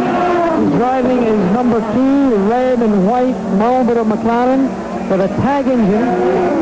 He's driven really conservatively, John, all the way through this race. He's never appeared to be hurried, and that's really the name of the game. That shows maturity. And Prost, in my opinion, is just setting himself up for what should be a very good season. Into the pit is the American driver, the only American into the event, is the Alfa Romeo. You see, if it's 4 tires, Alfa Romeo Benetton team poised, ready to go. Sometimes they put on quite a good show in the pit stop. Back to the track action. You were saying about Alain Prost. This is what we saw him do so many times last year, Jackie. 7 Grand Prix wins, he never looked like he was rushing one of them. Never really getting out of control, going over his 9/10 or 10/10 race plan. And of course, when you're driving, like you say, the best car with the best chassis, the best tires, the best motor, that can be made to look easy. Well, all the good ones make it look easy. I think that's for sure. Prost is certainly one of the men to look at. Right now, this is the man who's looking for Prost. Michele Alboreto, driving the Ferrari, car number 27. Very good, but today not quite good enough. I must say that I forecast that Alboreto would win this race before we all started this telecast. I thought he would win it and Prost would be second. But it doesn't look like that's going to happen, although we've got some distance still to run. He's completed, in fact, at least Alain Prost has completed 44 laps. Our order shows right here. Alboreto in second place, Senna in third, De Angelis in fourth, Patrick Tambay fifth, Jacques Lafitte sixth, Reniabu seventh, Alio is eighth, Goodson is ninth, coming up from 25th position, and Martin Brundle gets into the top 10, driving the normally aspirated Ford Cosworth engine in the Tyrrell chassis. Young Martin Brundle from the UK. John, one thing we should address here is that Edmund Senna, who is in third position and is the Brazilian hero of this day at this very moment, suffered quite a serious illness at the end of last season. He had an infection to his central nervous system, and that's the man we're looking at right now. He got paralysis of the right-hand side of his face, he lost taste, he lost feeling, and everybody was very concerned for a while, as we see, by the way, Eddie Cheever's coming back into the track, and he's now into the pits. He's going very slowly. It looks like he's had an engine problem. There's something wrong with him. He's not going along there at his normal speed. I'm afraid it may mean that the office is closing for him. But this is Ayrton Senna, and he hasn't fully recovered from this problem yet. Part of the paralysis is still there. It's down the side of the face. Lots of people thought that he had suffered a stroke. All sorts of people thought the worst, that he had a tumor of some kind. His stamina had been lacking, and really it was a serious threat as to whether he could continue his racing. Well, I think we're looking at a man today who's convincing a lot of people that he's pretty damn fit. So he's out there in third position in very difficult temperatures. He's not a strong man to look at. He's quite a frail-looking young man. But right now, his head is firmly in position. You quite often see a racing driver, when he gets tired, his head will start to flop from one side to another because the neck muscles give up. These crash helmets are pretty heavy, and that can certainly play a part in recognizing drivers to be. Well, during that time, he also lost 15 pounds. And of course, in this heat, he can lose another 5 or 10. He's gained back some of that. So it just shows what determination and will can do. Of course, racing car drivers are known to be brave individuals. Then here we have the leading board. Well, we have Alan Prost leading, we have Michele Alboreto in second place, Ayrton Senna in third position, Elio D'Angeli in fourth, Patrick Canby is fifth, Jacques Lafitte is sixth. ESPN's Auto Racing 85 will continue. This is Jackie Stewart and John Bisignano live from Rio de Janeiro.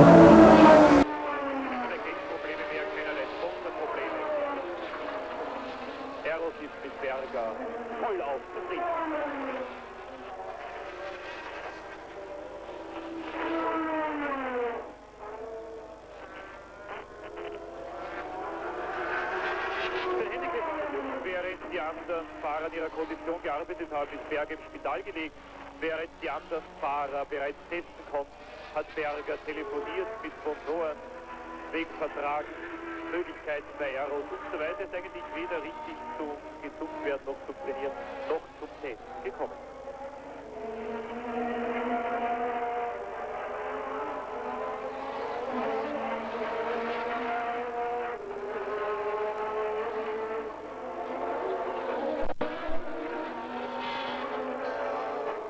Immer noch sind Jochen Rindt und Niki Lauda die einzigen Österreicher, die vor einem Weltmeisterschaftspunkt erreicht haben. Und dass in dieser Saison Gerhard Berger als Dritter dazukommen wird.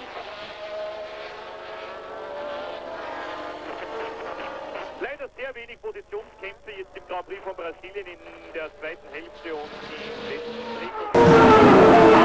We're back live in Rio de Janeiro for the Brazilian Grand Prix. You're looking at the leader. This is Jackie Stewart with John Bisignano. Car number 2 is Alan Prost. He's 23.5 seconds ahead of Michele Alboreto in the Ferrari, who is in second position. This is the first of our 1985 live coverages of Grand Prix racing that we'll be bringing to you on ESPN. We're going to bring 14 of them live. It's certainly the best auto racing coverage for Grand Prix motor racing that has ever been into North America. We're going to bring to you the next event, which will be the Portuguese Grand Prix, which will take place on Sunday, the 21st of April at Estoril. So come and join us then, where we'll give you some more action in Grand Prix racing. Remy Arnoux is the driver on our screen. He ran into trouble earlier. He was hit from behind by Andrea De Cesare. He burst a left rear wheel of tyre, had to go around the racetrack slowly to get back to the pits, had spent a lot of time doing that, has now worked himself back up, and when we last saw him, he was back on the leaderboard, but he still was suffering badly. He was, I think, he was 1, 2, 3, 4, 5, 6, 7th position, which was pretty darn good. Remy Arnoux, a right little fighter, another of the French school of Grand Prix drivers. For a while there was many of them, as many as 7 or 8 Grand Prix drivers would make up a grid of 26 cars. So Arnoux is the sort of spirit-like looking young man, very intense, very light. He's an amazing character. He's a country boy, really. He likes to go onto the farm, seldom wants to do any public appearances. Grand Prix racing is very different from American racing when it comes to the drivers working on personal appearances for their many sponsors. Grand Prix drivers, and wait a minute, Elio D'Angeli, as we look out of our position and our commentary position, and there you see him right there, is coming in. Is that D'Angeli's or is that Senna? It's Ayrton Senna. Ayrton Senna in third position is coming into the pit. He switched off the motor. He's going very slowly. Tragedy for the Brazilian crowd. I look down from the commentary position here. The Brazilians have been up in their feet and they've sat back down, because they can see, as we can see, that this is a very slow arrival for Ayrton Senna. Pointing to the motor there, Jackie. They're going to take off the rear cowling. Even Brazilian television doesn't think that it is worthy of staying with that story, as they go back out to find Michele Alboreto driving his Ferrari in second position. Alboreto, a young driver who's driven in Formula 2, Formula 3, driven in World Championship sports car racing, driven for Ken Tittle in Formula 1, where he cut his teeth. And really one of the fine gentlemen of Formula 1, Michele. many Italians seem to be very proud of him joining the Ferrari team. He was actually invited into the team personally by Enzo Ferrari, who hopes to have an Italian champion in his red Ferrari within the next few seasons. They have the equipment and the drivers now to secure the championship. And there, the Barclay Aero is closing the door on Alboreto. Well, that was something. It was the driver in the Barclay Aeros there apologized after he hadn't seen the Ferrari. He raised his hand and apologized after that pass had taken place. So he knows that he's potentially caused a problem. Senna still sitting in the car in his Lotus. Peter Ward is the man with the yellow hat leaning over him, who's the team manager. The car is still well and truly in the pit crew as Alboreto continues his very steady drive in second position, but he's really not in a position to threaten Alain Prost in any way at all. It's only going to be through some mechanical failure or the possibility of Prost having to make another pit stop. And here's the sad scene of Ayrton Senna, John Player Team Lotus. They're looking at, actually, it looks like the electrics of the car. Well, that brings Elio De Angelis up into third place, his own teammate. Michele Alboreto in second. Alain Prost is still in first. Live Formula One action from Rio de Janeiro will continue on ESPN after this. Johansson 10. und Berger 11. Berger hat den deutschen Winkelhock soeben überholt. Dann Gisani und Danboy. Dann mit bereits 7 Runden Rückstand Eddie Schieber. Gerhard Berger vor dem deutschen Manfred Winkelhock. Bei Winkelhock und ATS gab es im Folgejahr ja nur noch verbietene Gesichter. Lachen kann mit dem Tiroler Gerhard Berger. 4 Rennen ist er für die Deutschen gefahren mit sehr guten Ergebnissen.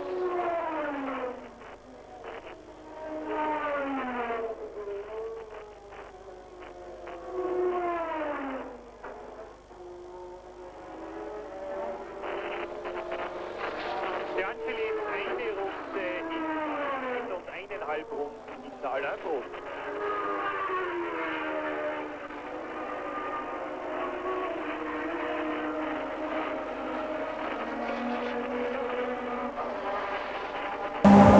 We're in Rio de Janeiro in Brazil. We're live. This is ESPN's continuing coverage of the Brazilian Grand Prix. The car you're looking at is the local heroes. Ayrton Senna, young Brazilian driver. He's been in the pits. He's been in third position, and he's lost that position, much to the concern of the Brazilian fans. The man who's leading the race is this one, Alain Prost, Frenchman, now living in Switzerland, driving the McLaren-sponsored Brabham-sponsored McLaren, and there you see the order. Prost, Alboreto, De Angelis they've got up there, Senna, Tambay and Arnoux. Oh, De Angelis is starting a very fine race. He's just behind the first and second place car, but that could still be the strongest place to become the winner. Again, he was the fastest here in first aid qualifying, and a bit of a crowd coming down the main straight there. Alain Prost certainly taking a cautious look at that bunch of track markers. This is no place to have someone within their own race battle make a touch on his particular chassis. We have to also consider that these people might be racing for a particular place, and that one position is extremely important to them. Alain Prost showing the maturity that could bring him a world championship in '85 if my forecast comes true. He doesn't want to pick anybody off until it's absolutely end. There is the end of the day for Ayrton Senna. He's out of his car. And the two Tyrrells are racing together as we continue to see Senna in a dejected fashion. They're coming onto the pit straight. Alain Prost accelerates past one Tyrrell. The turbo power showing there as he passes the second Tyrrell.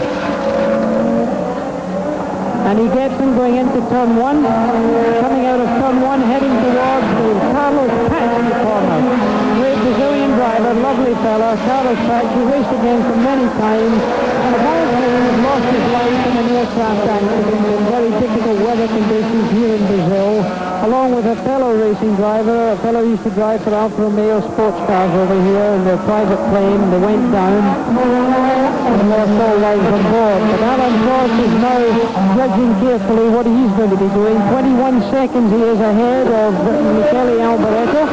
Long team, watches and clocks giving us our official timing here.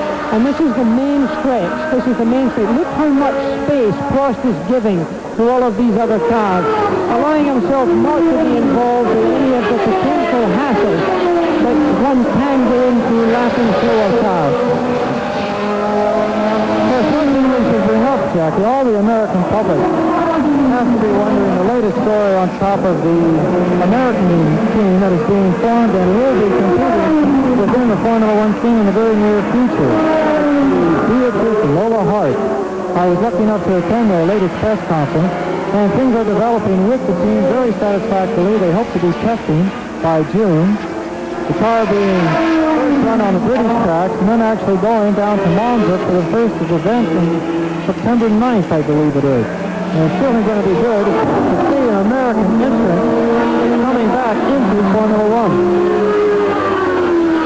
Right, let's have a look as Alan Prost passed another back marker, is still holding his lead. Let's have a look at what happened in 1984 with the constructors. Now that's the teams themselves, the makers of those cars. The McLaren team won the Constructors' Championship with a record 143.5 points, something that's never been done ever in the history of the sport, even by people like Ferrari or Mercedes-Benz. Ferrari, in fact, were second last year with 57.5 points. What a difference, 143 to 57. Lotus was third with 47 points in the Constructors' Championship. Brabham was fourth, Renault was fifth, and the Williams team was sixth. McLaren won 12 out of the 16 races last year. So they look as if they're off to a rather a good start in 1985 with Alan Prost as we look down from one of our 13 cameras that have been supplied here by Global Television, the national chain here, to cover this Brazilian Grand Prix. And I would remind you all, sitting up there in Boston, New Hampshire, New York, and California, that we're live from Rio de Janeiro. Jack, let me ask you, the Beatrice designated driver is Alain Jones. Now, he's been retired for the past several seasons. What psychological and physical problems is he going to have coming out of retirement? Well, he's going to come back a little overweight. He's going to come back a little stiff.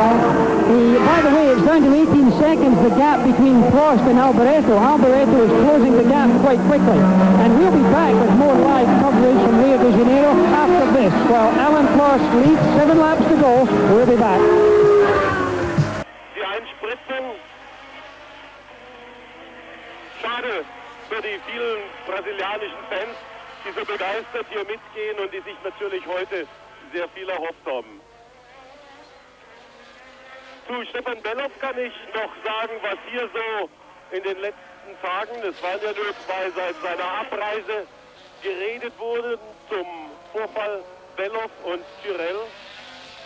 Niki Lauda zum Beispiel, ich hätte es an Ken Tyrrells Stelle genauso gemacht, denn was man so lesen konnte über den Winter, was der Stefan so alles über sein Team und das Auto und die Verhandlungen von sich gegeben hat.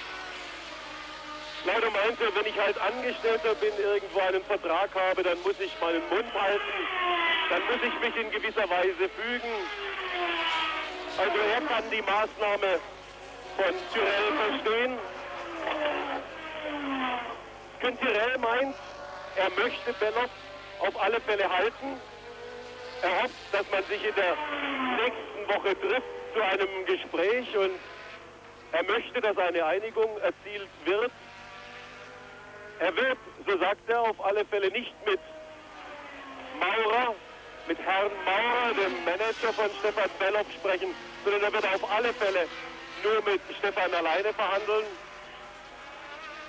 Andererseits gibt es natürlich die Gerüchte, dass der französische Sponsor von Tyrrell, eine Mineralölfirma, darauf drängt, dass ein französischer Fahrer ins Team von Tyrrell kommt und es werden auch Namen genannt, und zwar die Formel 2 erfahrenen Alain Sorté und Philippe Streif.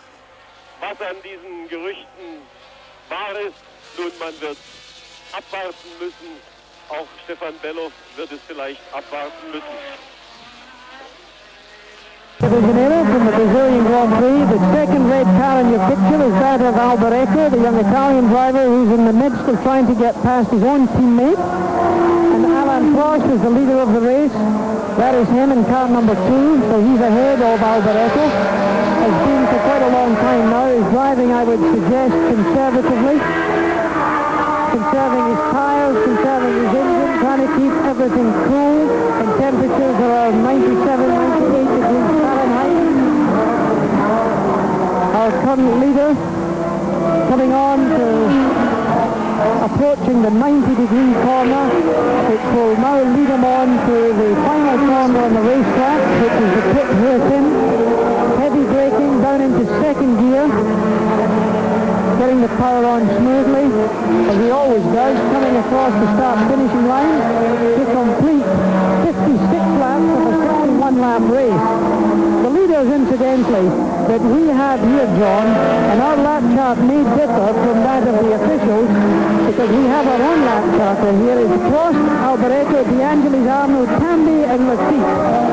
Now we have, in fact, Patrick Tambi in a different position. We don't have them there. We have Arnoux in third position. Now ours is unofficial, and of course the map that you saw a few moments ago giving the standings that Brazilian television gave us are also unofficial. So we're going to have to keep up with this story as we go along. You know, Jackie, it's hard for me to think that Arnoux made up that much time. He went around this track very slowly for 3/4 of the distance. I just can't believe that he's that high back up into the field. It would seem to be unlikely, but keep in mind that everybody else has been in the pits also, and they haven't all been going too fast. We'll have to just stay with this story and see what's happening, and of course we've got to depend on the officials giving confirmation. Well, one thing I'm sure of is that in our predictions up here in the booth that you were talking about, I predicted Prost as the winner. And we have wagered the fantastic amount of 5,000 Brazilian peseros. Of course, that only comes out to about $10. But still, everyone up here has pitched in, and these last 5 laps will be very important to us. Well, Alain Prost is your man, and he certainly looks very healthy at the present time. I had it the other way around. I had Alboreto leading with Prost in second place for my countdown, but that doesn't look like it's going to happen. Alain Prost going into turn 1. A fast, constant radius curve, very quick, taken in 4th gear, accelerating along now to the Carlos Patsy, which is a left-hander. So many times we've seen this same picture last year. And I really do hope that it continues throughout this season. If there's anyone who deserves the World Championship, it's bridesmaid Alain Prost. That would be very nice. It would be, of course, very impressive for McLaren to win the championship back-to-back as a team. Tag, which is Technique Avant-Garde, a French company with very strong Arab connections. Mansour Ogier is the son of Akrim Ogier, who owns Tag. He's down here with his American wife for this Grand Prix with their new baby. It's quite a family happening down here. Of course, everybody comes to the sunshine from the winter of Europe and, of course, from North America. Again, speaking of the American involvement, we have to remember that the chassis of that car is actually the first carbon fiber chassis that was developed by Hercules, a American firm based out of Salt Lake City. So their contribution to this sport has been revolutionary in many ways, actually. Well, there's a lot of things happening in Grand Prix racing vis-a-vis the United States. The composite carbon fiber that you speak of, the Hercules product, certainly came to Europe from America. As you earlier mentioned, Beatrice coming in with the Carl Haas team later in this year. Everybody's looking forward to that. Alan Jones, as we said earlier, from Australia coming back after retirement. He had asked me the question, and I was beginning to answer where we had to break. Alan will have a tough job coming back into Grand Prix racing to be super competitive to begin with. He's with a new team, and it will be interesting to see how everybody gets together. It will take a few races is for everybody to feel comfortable again and for Alan to get back up to speed with his mind as well as his body. But when he did retire from Grand Prix racing a few years back, I think he was the best at that time. Nicky Lauda has shown that people can come back and can win. So I should think we'll be looking forward to Alan Prost being at least competitive. Well, of course, Jones went off to Australia. Maybe 15 seconds. But I have to think that Prost is slowing down a little bit rather than Albarello catching him up. Of course, the closing lap here has been so well described so many times that these are the times when the drivers are trying to conserve everything. Well, there are only 3 laps left for Alan Prost, and it's on occasions like this the driver has to really take stock of what's happening. There's only 3 laps to go. He has to just be praying that the car will bring itself these extra 2.5 laps that he's got to do right now. No vibrations. He'll start to feel strange things. He'll start to look in his mirror to see if he can see the profile of his rear tires to make sure there's no problem there. He'll be looking out for his front tires and make sure that they're not wearing badly. And there's Martini coming into the pits, the young driver from Italy. He's close to the end, having to have a pit stop. The minority car has been in and out of the pit several times this race, actually. Well, a surprising number of cars still running, in fact. A lot of cars were expected to drop out of this race through heat and attrition. But I'm surprised at the number of cars still on this racetrack. It's quite a track. It's quite a challenging track with a hell of a lot of corners in it to take in this sort of temperature. So it's been quite there. We're down to 14 seconds between Alan Prost. Ooh, when he gets through there. Now, the son of the driver had not seen him. That's the type of situation with only a couple of laps to go that can be very damaging. You know, Jackie, at this point in the race last year, there were 3 cars that actually ran out of fuel. And then that developed the engine management systems. They're only running on 220 liters. So I don't think we're going to see anybody running out of fuel this time because of the new system. But still, can you imagine? I think it was Patrick Condé was in 3rd place last year and ran out of fuel with only a half a lap to go. Yeah, that is a disappointing thing. I've done that. I lost the Belgian Grand Prix one year through running out of gas. Slightly disappointing. Yes, I can imagine. So, by the way, there are 14 cars still running out of the 25 who started this race. 14 out of 25 in a Grand Prix in this temperature, John, I think is pretty impressive. Well, it shows good mechanical development despite the technical problems that we talked about earlier. Tire overheating, engines overheating, and drivers overheating. They come down here 2 weeks early to get into training with the heat. But still, there's nothing as strenuous as actually doing the race. And Alan Prost is about to start, and he has just crossed the start-finishing line. He's got 1 more lap to go. This, for him, is going to be a rather long lap, but it certainly is 3.126 miles around. We're probably going to stay with him. He'll be tired, his muscles will be sore, his neck will be aching. He'll have lost probably the best part of 6 to 7 pounds in weight. His tag engine McLaren with marvelous sponsorship is going to bring him today a very happy Grand Prix victory, which will bring him up to 17 Grand Prix victories in total, which will beat the record set by Sterling Moss. He's still got to beat, of course, Nicky Lauda, who's got 24, and somebody called Jackie Stewart. Somebody like that. Well, you know that Prost has very high goals. He's going to go after every record in the sport. Retirement is not even in his mind whatsoever, Jackie. Well, he's 30 years of age, young, he's fit, and he's got his mind in gear, and he's on his very last lap as he goes through the S's. He's got a turn now to go down to the lagoon. I actually believe his contract with McLaren is for another 3 seasons. I mean, that was a very difficult negotiating point, but still, that was the end result of this year's contract. Well, the checkered flag is being held by the official. They're coming into his last corner. He's braked for the last time. He's back on the power.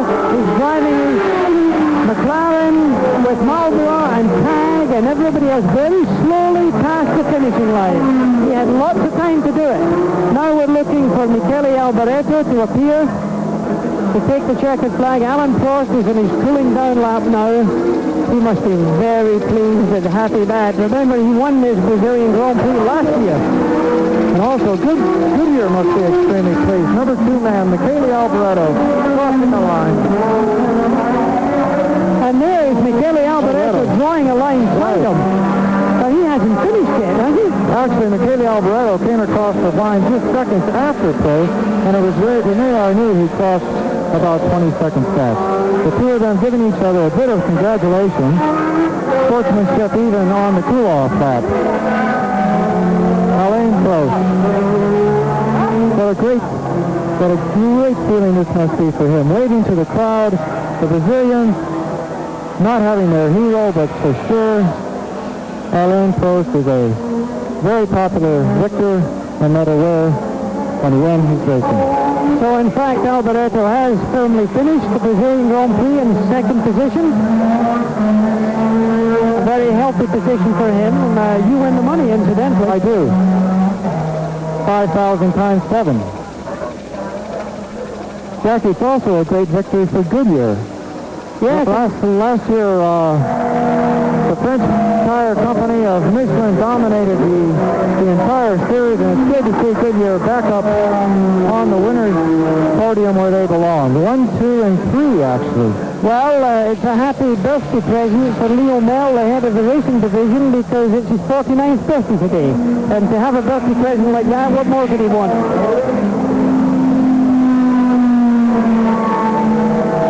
Okay, we'll be back live to Rio de Janeiro just in a few moments after these messages.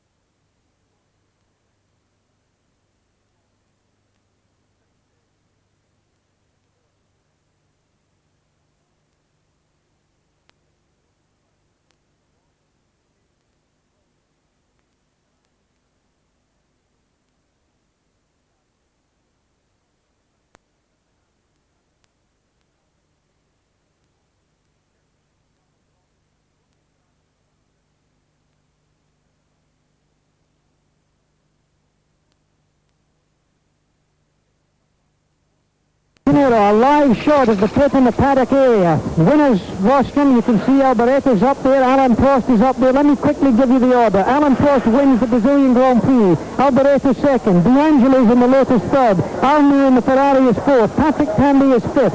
Jacques Lafitte is sixth. Johansson in the Tyrrell is seventh. Blunden in the Tyrrell is eighth. Alliot is ninth. And Terry Dixon, coming from the very back in 25th position after a slow start, gets into the top 10. Congratulations being offered to Alan Prost there by Elio D'Angelis, the young Italian. Michele Alboreto with his back to you right now in the red overalls. Prost putting his Goodyear hat on, as of course we all have, because the first three positions are filled by Goodyear. John, what do you think? Well, Jack, I think it's been a great start to ESPN Auto Racing 85. A very competitive race, several leaders, several different chassis, several different motors. Goodyear dominating things. And I want to thank everyone for watching us, and please ask them, Jackie, as you did before, to join us in Portugal in 2 weeks' time, again live. 21st of April, you'll be with us live. Now, the Brazilian Grand Prix has been brought to you by BF Goodrich, makers of a complete line of high-performance PA radios. And by Amarol. It's a science, but it works like magic. And by Dodge, and the totally new Dodge Lancer, the revolutionary new age of sedans. Now, don't forget to join Bob Jenkins and Larry Nuber every Thursday evening at 7:30 Eastern for Speedweek. And be sure and join John and me for the second stop on the World Championship Tour as we present live coverage once again, remember live, of the Grand Prix of Portugal on Sunday 21st of April at 8:30. Get up early in the morning, 8:30 Eastern. Once again, Alain Prost wins the Brazilian Grand Prix. This is Jackie Stewart and John Bizignano from Rio de Janeiro.